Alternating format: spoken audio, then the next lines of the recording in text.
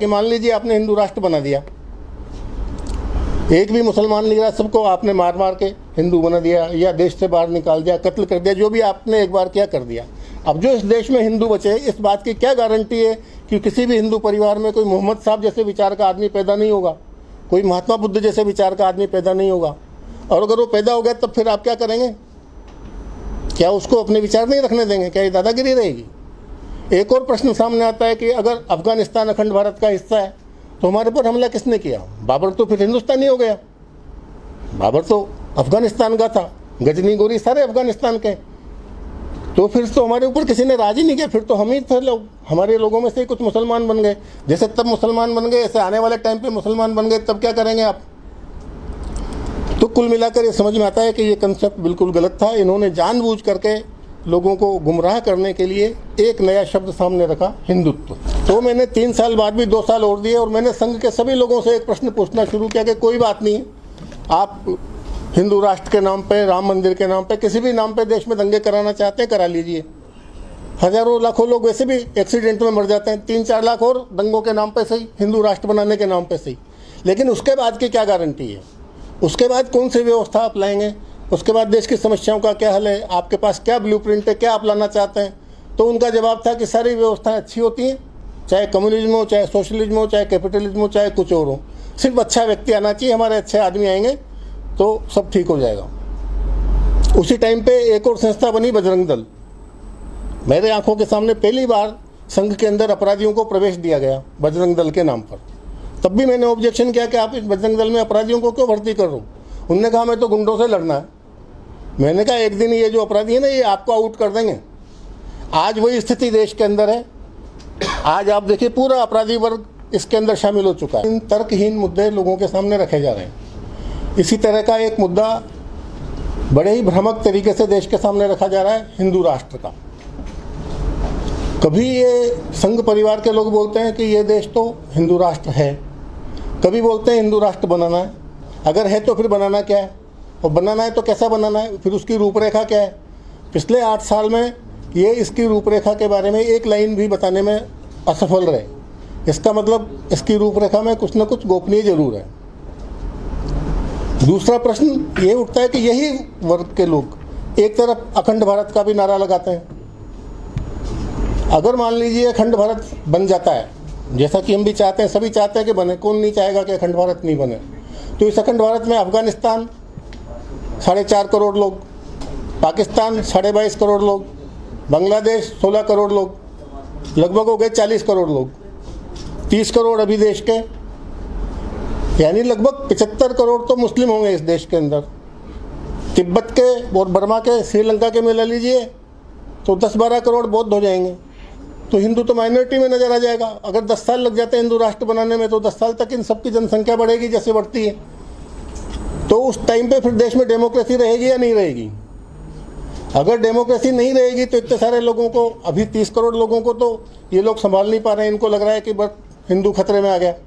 तो जब 50% अगर उस समुदाय के आधे लोग हो जाएंगे तो कितना तो हिंदू खतरे में आएगा, कितना आपस में लड़ाई झगड़ा होगा। तो नेचुरल है कि अगर हमने अखंड भारत बना लिया तो हिंदू राष्ट्र नहीं बनाया जा सकता, और हिंदू राष्ट्र बनाया तो एक बार फिर इस देश के 2 टुकड़े होकर रहेंगे। यही प्रश्न मेरे दिमाग में आज के 40 साल पहले आया, जब मैं संघ से जुड़ा हुआ था, बहुत ही ज़्यादा सक्रिय था, प्रचारक बनने वाला था। तो संघ शिक्षा वर्ग के अंदर किशनगढ़ में एक संघ शिक्षा वर्ग था, उसमें मैं गया था ओटीसी के अंदर। ओटीसी की बौद्धिक परीक्षा में मैंने प्रथम स्थान भी प्राप्त किया वहाँ पर। उसमें मैंने बाला साहब देवरस से और रज्जू भैया से, दोनों से एक प्रश्न किया इसी बाबत। आपको पता होगा सन 77 के बाद बाला साहब देवरस का एक बयान आया था, जैसा कि आज के लिए लगातार बोलते रहते हैं कि जो भी भारत में रहते हैं वो सभी हिंदू हैं और मुसलमानों के लिए भी संघ के दरवाजे खुले हुए हैं। मैं बड़ा उत्साहित हुआ, मैंने 4-5 मुस्लिम लड़कों को शाखा में लाना शुरू कर दिया। तो ऊपर के अधिकारियों ने उसमें ऑब्जेक्शन बनाया। उन्होंने कहा नहीं, इनको नहीं लाना है, इस तरह के भड़काने वाले नारे लगाओ कि अपने आप आना बंद कर दें। अब मैं क्या करता, तो मैंने उनकी बात मानी। तो यही प्रश्न मैंने बाला साहब देवरस से पूछा कि जब हम कहते हैं कि जो भी भारत में रहने वाले हैं वो सब हिंदू हैं, तो हम मुसलमानों को शाखा में क्यों नहीं लाना चाहते हैं? तो बाला साहब देवरस ने मेरे को जवाब दिया कि जब हम हिंदू की परिभाषा करते हैं तो हम यही बोलते हैं कि जो भी भारत में रहने वाले हैं वो सभी हिंदू हैं, लेकिन जब हम संगठन करने की बात करते हैं तो हिंदू से हमारा मतलब वही है जो परंपरागत अर्थों में हिंदू का होता है। बिल्कुल ऐसे के ऐसे ही शब्द थे उनके। तो ये तो बड़ा दोगला चरित्र हो गया कि आप पब्लिक के सामने कुछ और बोल रहे हो, अंदर से आपका चरित्र कुछ और है। इस चीज़ ने मेरे को झकझोर दिया। उसके बाद मैंने दूसरा प्रश्न पूछा रज्जू भैया से, जो उस टाइम पे सर कार्यवाह थे, प्रोफेसर राजेंद्र सिंह। मैंने उनसे पूछा कि हम अखंड भारत की बात करते हैं तो अखंड भारत की क्या ठोस योजना है। उन्होंने कहा अखंड भारत की हमारे पास कोई ठोस योजना नहीं है। अब इसके बाद तो किसी प्रश्न करने की गुंजाइश ही खत्म हो गई। मैंने ये डिसाइड कर लिया कि मैं संघ से अलग हो जाऊंगा। जब बौद्धिक परीक्षा में पूछा गया कि आप आगे आपकी क्या एक्टिविटी रहेंगी संघ के लिए, तो मैंने कहा 3 साल तक मैं 3 घंटे रोज आरएसएस को दूंगा और 3 साल बाद आरएसएस से अलग हो जाऊंगा। तो उन्होंने कहा क्यों? मैंने कहा आपके पास कोई समाधान ही नहीं है, कोई सोल्यूशन नहीं है, देश की समस्याओं का हल नहीं है, गरीबी बेरोजगारी की तो बात ही नहीं करते हो।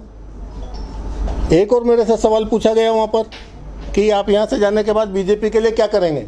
मैंने कहा मैं बिल्कुल बीजेपी के लिए काम नहीं करूँगा। उन्होंने पूछा क्यों? तो मैंने कहा कि मन में ले तन उजरे बगुला भगत अनेक, ताते तो कागा वाले भीतर बाहर एक। मेरे को उसके बाद जब मैंने वहाँ से जाना, संघ में सक्रियता अपनी कम की धीरे धीरे। ऐसा नहीं कि मेरे को कोई गुस्सा आया, कोई लड़ाई झगड़ा हुआ, किसी से नाराज़गी हुई, लेकिन मेरे को लगा कि इस विचार से देश को खतरा है। बिना विचारे, बिना कोई योजना बनाए इस तरह की बातें क्यों की जाती हैं? इनका कोई तो इरादा होगा। ऐसा तो हो नहीं सकता कि पिछले 90-98 साल से कोई संस्था काम कर रही हो बिना किसी उद्देश्य के। फिर मैं इसकी बहुत गहराई में गया। कुछ घटनाएं मैंने अभी इसमें एक पुस्तक मैंने इसी विषय में लिखी, पूरी विवेचना करते हुए मैं भी उसका ब्रीफ करता हूँ। तो मैं फिर इस गहराई में गया कि ये हिंदुओं में फूट कहाँ से आ गई। जब हिस्ट्री पढ़ी तो हिंदुओं में तो कोई फूट नहीं थी। जब राजा दाहिर सेन पर मोहम्मद बिन कासिम का हमला हुआ सन 700 के अंदर, तो बंगाल के औरतों ने चरखा काटा, पैसे इकट्ठे किए, बंगाल से चंदा इकट्ठा करके सिंध भेजा गया। इससे ज़्यादा और कौन सी राष्ट्रीय एकता चाहते हो आप? इस देश में आज़ादी की लड़ाई लगातार लड़ते रहे। जो हेमचंद्र विक्रमादित्य था उसकी सेना में अफगान लड़ाके थे जो मुगलों से लड़ते थे। महाराणा प्रताप की सेना में सेनापति इनका हकीम खां सूर था। अकबर का सेनापति मान सिंह था। ये धर्म के झगड़े कहाँ थे? अगर धर्म के झगड़े होते तो पिछले इतने सालों में हिंदू कहाँ से बसते? तब मैं इनकी हिस्ट्री को मैंने और टटोलते देखा कि ये कहाँ पर इनका कोई टर्निंग पॉइंट कहाँ से मिलता है, कहाँ से पता चलता है कि इनकी असलियत क्या है।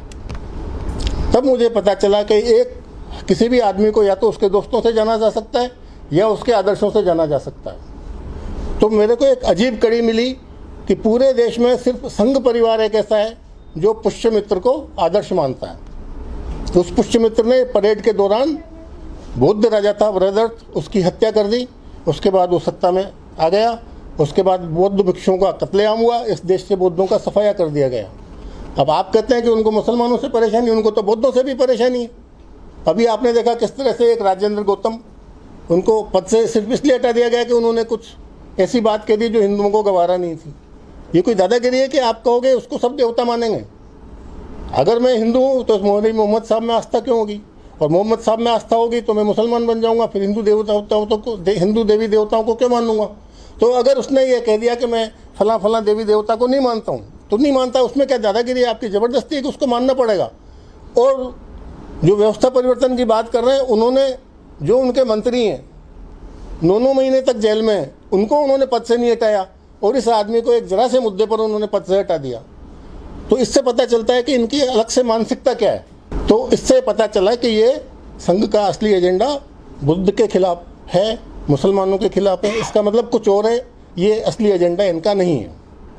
जब इसकी और हम गहराई में गए, हमने और हिस्ट्री देखी, तो मैंने सोचा कि 1925 में देश के हालात क्या थे, इसको समझा जाए। जब हमने समझा तो पता चला कि 1925 में जब डॉक्टर हेडगेवार ने संघ की स्थापना की, 250 साल पहले मुगल सत्ता समाप्त हो चुकी थी। यानी मुगलों से तो कोई खतरा था ही नहीं। मराठों का राज वहाँ पे 250 साल से महाराष्ट्र के अंदर मराठों का राज्य था। मुगलों बादशाहों से ये चौथ और संदेशमुखी वसूल किया करते थे मराठा लोग। और अंग्रेजों ने जो सत्ता छीनी वो मुगलों से नहीं छीनी, वो मराठों से छीनी, यानी कि हिंदुओं से छीनी। तो सत्ता हमसे छीनी अंग्रेजों ने और हमारी नाराज़गी मुसलमानों से। ये तो बहुत ही अजीबोगरीब बात हुई। तो इसका मतलब वो नाराज़गी किसी और चीज़ से थी। तो वो नाराज़गी किससे थी? वो एक ही कंटिन्यूटी है, चाहे वो पुष्यमित्र का प्रकरण हो, चाहे अभी का प्रकरण हो। उस टाइम पे ये देखिए कि उस टाइम पे खतरा किससे था और किसको था।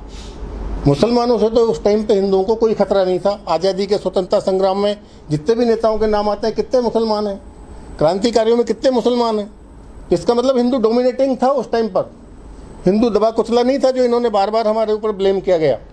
और मेरे को ऐसा लगा कि जैसे कोई बेटा होता है, कपूत बेटा, वो हमेशा ही रोना रोता रहता है, मेरे पिताजी ने कुछ नहीं किया, मेरे दादाजी ने मकान नहीं बनाया, मेरे उनने कुछ नहीं किया। ठीक उसी तरह से संघ के लोग यही रोना रोते रहते हैं, हमारे पूर्वजों ने ये कर दिया, हमारे पूर्वजों ने ये कर दिया। तो समझ में आया कि संघ का जो असली मकसद है वो, क्योंकि जब बुद्ध का सफाया किया गया यहाँ से, बौद्ध धर्म का, उसके बाद जो व्यवस्था स्थापित हुई, तो महात्मा बुद्ध के आने के पहले तो वैदिक व्यवस्था थी, लेकिन इन्होंने आने के बाद वैदिक व्यवस्था तो स्थापित नहीं की, कोई दूसरी व्यवस्था स्थापित की। तो वो जो व्यवस्था थी जिसे हम पाखंडवाद कहते हैं, जिसमें कुछ पूंजीपति लोग, कुछ धर्माचार्य लोग पूरे देश के सिस्टम पे कब्जा कर लेते हैं और लोगों को स्वेच्छा से अपना शोषण कराने का मौका देते हैं। इस तरह का उनका ब्रेन वॉश किया जाता है। इसको हम और गहराई में गए कि ये पतन आखिर कब से शुरू हुआ, तो हमारे पकड़ में आया कि जो 7वीं शताब्दी से लेकर के और उसके अतीत में जाएं तो 2500 साल पहले तक का जो बीच की हिस्ट्री है, उस बीच की हिस्ट्री में 2 तरह की संस्कृत बोली जाती थी। जो उसके पुराना इतिहास है उसमें एक ही संस्कृत है, वो संस्कृत है वैदिक संस्कृत। आम आदमी, खास आदमी वाल्मीकि रामायण और दूसरे जो पुराने ग्रंथ हैं, सब एक ही भाषा बोलते हैं। लेकिन इस जो बीच का जो कालखंड आया, उसके जितने भी आप किताबें पढ़ेंगे, विज्ञान शाकुंतलम, स्वप्न वासवदत्तम और जो भी, तो उन सब किताबों में 2 भाषाएं हैं। एक संस्कृत, जो एलिट वर्ग है, जो कुलीन वर्ग है, जो राज परिवार के लोग हैं और जो शिक्षाविद हैं, वो वहाँ पर संस्कृत बोलते हैं, और महिलाएं और शूद्र वो वहाँ पे एक नई भाषा बोलते हैं। इसका मतलब ये वो टाइम था जब हमने शूद्रों को और महिलाओं को शिक्षा से वंचित कर दिया। और इस देश का पतन का कारण सिर्फ इसलिए हुआ कि हमने शिक्षा से शूद्रों को और महिलाओं को वंचित कर दिया, यानी education for all, education compulsory, education free, ये कंसेप्ट हमारा समाप्त हो गया। तो हमारा जो पतन हिंदुओं की फूट की वजह से नहीं हुआ, हमारा पतन शिक्षा के पतन से हुआ। 1923-25 के पहले हिंदुत्व जैसा कोई शब्द किसी धर्म ग्रंथ में कहीं पर भी नहीं मिलेगा। उस हिंदुत्व के पीछे पर्पज़ क्या था? तो आप उस 1925 के दौर को देखिए कि उस टाइम पर धर्म सुधार आंदोलन चल रहे थे। 14वीं शताब्दी में चले, फिर उसके बाद 18वीं 19वीं शताब्दी में धर्म सुधार आंदोलन चले, और 1925 से लेकर के आज तक ये धर्म सुधार आंदोलन गायब हो गए। आप देखिए जो संघ परिवार के लोग हैं, आशाराम के खिलाफ नहीं बोलते, जबकि वो ब्राह्मण नहीं है। निर्मल बाबा के खिलाफ नहीं बोलते। तो ऐसा नहीं है कि संघ के लोग ब्राह्मणवादी हैं, ये पाखंडवादी हैं। ये पाखंडी लोगों के खिलाफ संघ कभी नहीं बोलता। मुरारी बापू के खिलाफ बोलेंगे, स्वामी अग्निवेश के खिलाफ बोलेंगे, यानी जो भी इस देश में धर्म सुधार की अच्छाइयों की बात करेगा, सुधार की बात करेगा, ये उसके खिलाफ है। तो 1925 में न हिंदुओं को खतरा था, न मुसलमानों को खतरा था, न हिंदू मुस्लिम के बीच कोई झगड़ा था। एक और बहुत इंपॉर्टेंट बात मैं आपको बताऊं, हिंदुओं और मुसलमानों के बीच कोई झगड़ा नहीं था। सबसे पहला इस देश में जो दंगा हुआ वो बॉम्बे के अंदर हुआ, जब राजा एडवर्ड यहाँ पर आया। उसके सम्मान में मुस्लिम लड़कियों ने गाना गाया, नाच गान पेश किया और उसका सम्मान किया गया। वो पहला दंगा था जिस दंगे में हिंदू मुसलमान एक साथ लड़े थे, ईसाइयों और पारसियों के खिलाफ। तब अंग्रेज़ों को ये बात समझ में आई कि इस देश में राज करना है, इन दोनों को लड़ाना जरूरी है। 1857 में तो समझ में आई थी, लेकिन वो उनका विफल रहा। उसके बाद 1905 में बंगाल का विभाजन किया, 1906 में मुस्लिम लीग की स्थापना की, लेकिन वो मुस्लिम लीग उनका काम पूरा नहीं कर पाई और 1911 में इनको विभाजन रद्द करना पड़ा। ये हिंदू मुस्लिम एकता का प्रतीक था। कहाँ था झगड़ा?